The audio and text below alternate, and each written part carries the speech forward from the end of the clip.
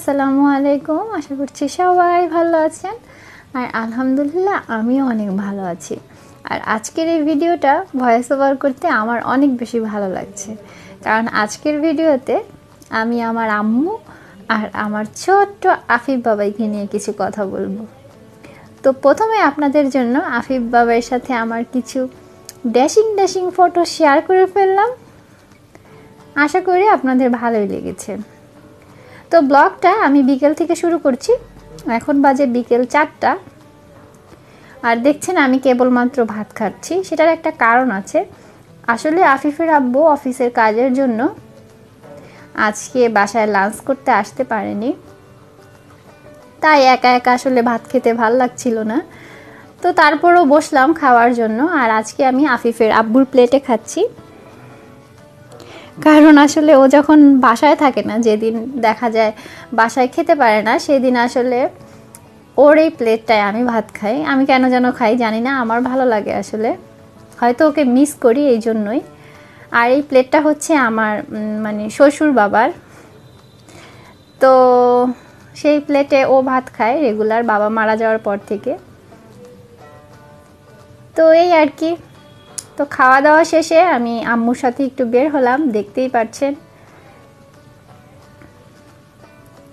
তো অনেক দিন পরে আজকে রিক্সা করে বাইরে যাচ্ছি, আর আম্মুর সাথে বের হলাম অনেক দিন পরে। আসলে আম্মু কিছু কেনাকাটা করবে, তো এই জন্য আমিও বের হলাম আম্মুর সাথে। আম্মু আসলে একা একা কখনোই কেনাকাটা করে না, মানে যে কোনো কিছু কেনাকাটা করতে হলে, মানে বিশেষ করে জামা কাপড় কেনাকাটা করতে হলে সবসময় আমাকে নিয়ে যায়। আর আজকে আসলে কিছু শার্টের আর প্যান্টের কাপড় কিনবে আব্বুর জন্য, আমার ছোট ভাইয়ের জন্য। তো ওগুলো সম্বন্ধে আম্মুর তেমন একটা ধারণা নেই। আর আমি যেহেতু আফিফের আব্বুর সাথে মাঝে মাঝেই বের হই, তো এখন একটা ধারণা হয়ে গেছে, তো এই জন্যই আসলে যাচ্ছি। আর এদিকে দেখতেছেন আফিফ বাবার চোখে ঘুম ঘুম ভাব, কিন্তু সে খুব মজা করে বাইরে সব কিছু দেখছে আর চুপ করে আছে। আর আসলে আজকে যে রিক্সাটায় উঠেছিলাম, তো রিক্সা চালকটা খুবই ছোট ছিল, বড় জোর 14 বছরের মতো হবে বা 15 বছর। তো দেখে খুব খারাপ লাগছিল। আসলে প্রথম অবস্থায় আমি ওর রিক্সায় উঠতেই চাইনি, কেন যেন আমার মন টানছিল না। তো আমরা অনেকক্ষণ দাঁড়িয়েছিলাম আর অনেকক্ষণ হেঁটেছি রিক্সার জন্য, বাট রিক্সা পাচ্ছিলাম না। তো ওই ছেলেটা দূর থেকে দেখতেছিল আর বারবার বলতেছিল, আপু চলেন, কোথায় যাবেন বলেন। তো লাস্টে কি আর করার, পরে ওর রিক্সায় উঠলাম আর কি। তো যাই হোক, আসলে এই বিষয়গুলো নিয়ে কেন যেন কিছু বলতে পারি না, একটু খারাপই লাগে বলা যায়। বাট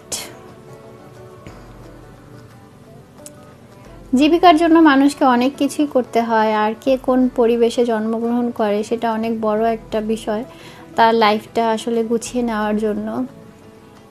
তো কিছুই করার নেই আসলে। তো এই জন্য আসলে বাসা থেকে যখন বের হলাম, তো ওর রিক্সায় যখন উঠেছি আর কি, তখন ওকে জিজ্ঞেস করিনি যে ভাড়া কত, কারণ অন্য কিছু চিন্তা করছিলাম মনে মনে। তো রিক্সা থেকে নামার পরে জিজ্ঞেস করলাম যে ভাড়া কত, মানে বলো তুমি।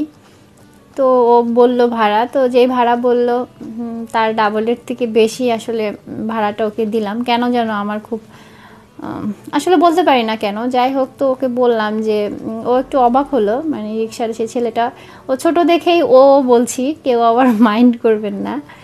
তো ও কিছুক্ষণের জন্য অবাক হয়ে গেল। তো বলতেছে, আমি বললাম যে তুমি এটা রাখো আর কিছু কিনে খেও বা তোমার কোনো কাজে খরচ করো। তখনও কিছুক্ষণ চুপ করেছিল। তো যাই হোক, এই আর কি। তারপরে তো বললামই, তো আপনাদের দেখালাম। আমরা আসলে বেশিক্ষণ আমি বাহিরে আসলে শ্যুট করতে পারিনি আজকে, অনেক জায়গায় যেতে হয়েছে অল্প সময়ের ভিতরে। তো আফিফ তার নানুর কোলে, আর এখানে আমি শার্টের কাপড় কেনাকাটা করতেছি, আম্মু আছে। তো যাই হোক, শার্ট কেনা হচ্ছে। আসলে দেখা যায় রেডিমেড শার্ট, আমার ভাই অনেক বেশি শুকনা আর প্রচুর লম্বা মাশাল্লাহ, তো ওর আসলে মানে ফিটিংসটা সুন্দর হয় না। তো এই জন্য ওর জন্য আসলে আলাদা করে বানিয়ে নিতে হয়। আর আব্বু একটু ঢোলা ঢোলা শার্ট পছন্দ করে, এই জন্য সে বেশিরভাগই বানিয়ে নিতে পছন্দ করে। আর এখন দেখলাম যে ম্যাক্সিমাম দোকানগুলোতে প্রিন্টটা খুব বেশি চলছে। তো কিছু কিছু প্রিন্ট দেখলাম ভালোই লাগলো, যদিও আফিফের আব্বু প্রিন্টের শার্ট একদম পছন্দ করে না, বাট আমার কয়েকটা প্রিন্ট খুব ভালো লাগলো। ভাইয়ের জন্য কিনলাম আর ভাবলাম যে ওর জন্য নিয়ে নিব। যদিও আম্মু অবশ্য বলছিল আদিপের জন্য, মানে আমার ভাইয়ের জন্য যখন শার্ট নিচ্ছিল, যে এরকম একটা নিয়ে নেই আফিফের আব্বুর জন্য কাপড়। তাই আমি বললাম না থাক, ওকে নিয়েই কিনবো। তো তারপরে আমরা আসলে মিতালি মেনশনে আসলাম একটু। আর এই মার্কেটে কিন্তু সব কিছু মোটামুটি হাতের কাজের যাবতীয় সব জিনিসই পাওয়া যায়। সিলেটের যারা আছেন তাদেরকে বললাম, লেস, ফিতা, চুমকি, পুঁথি সব কিছুই পাওয়া যায়। তো আমরা চলে যাচ্ছি দোতলায়, কারণ আমরা সোহেল স্টোর থেকে কিছু কেনাকাটা করব। সিলেটের যারা আছেন তারা তো কম বেশি চিনেনি। আর বলেছিলাম আজকে আফিফকে নিয়ে কিছু বলবো, সেটা হচ্ছে যে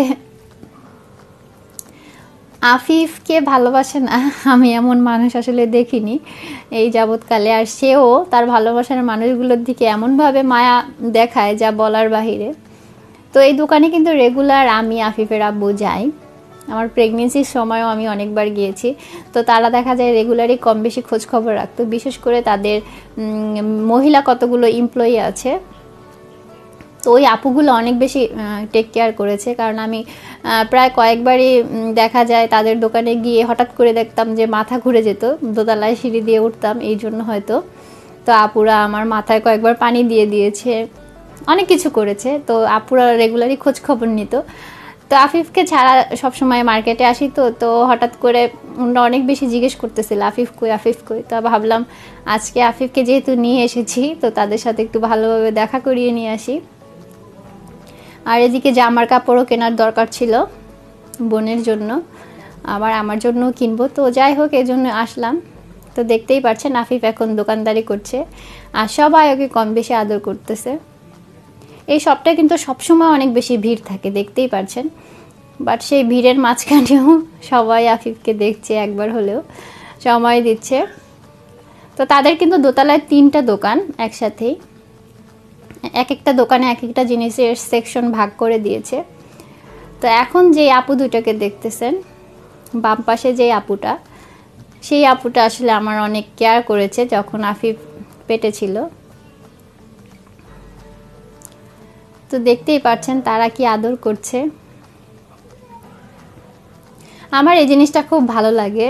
অনেকেই আছেন যে বাচ্চা কাচ্চা আসলে কারো কাছে দিতে চান না, বা কেমনভাবে আছে তার কাছে দিলে কোনো কিছু হবে কি না, এরকম অনেক কিছু চিন্তা ভাবনা করে। বাট আমার মনে হয় কেউ ভালোবেসে নিলে তার কাছে অবশ্যই দেওয়া উচিত।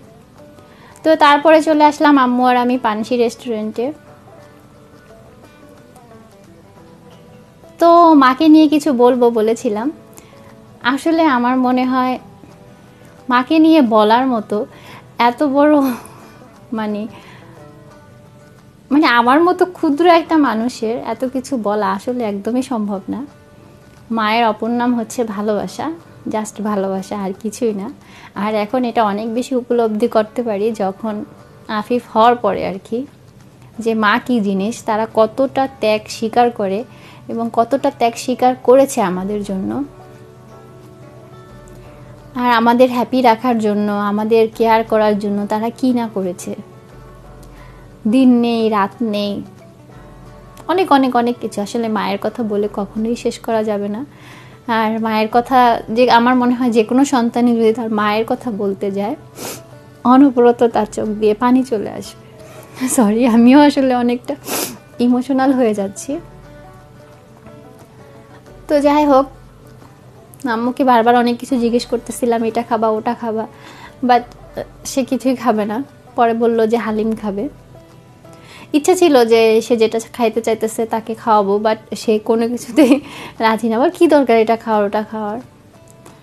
তো জোর করে সে হালিম খেতে চাইলো, সেটাই খেলাম। আর বাসার জন্য পার্সেল করে শর্মা নিয়ে গেলাম। আর এখন বাসায় ফিরছি। তো বাসায় ফিরে রাতে আসলে চিতই পিঠা দিয়ে মাংস খেতে ইচ্ছে হলো। মাংস দুপুরেই রান্না করেছিলাম। তো ভাবলাম ঠিক আছে, তো চিতই পিঠা বানিয়ে ফেলি। তো চিতই পিঠা বানিয়ে নিলাম। আর পিঠা বানানোর রেসিপি তো এর আগে আমার চ্যানেলে দেখিয়েছি। তো খুব ঝটপট অল্প সময় কিন্তু এই পিঠাগুলো হয়ে যায়। তো রাতের ডিনার করতে বসে পড়েছি, পিঠা দিয়ে মাংস দিয়ে খাচ্ছি।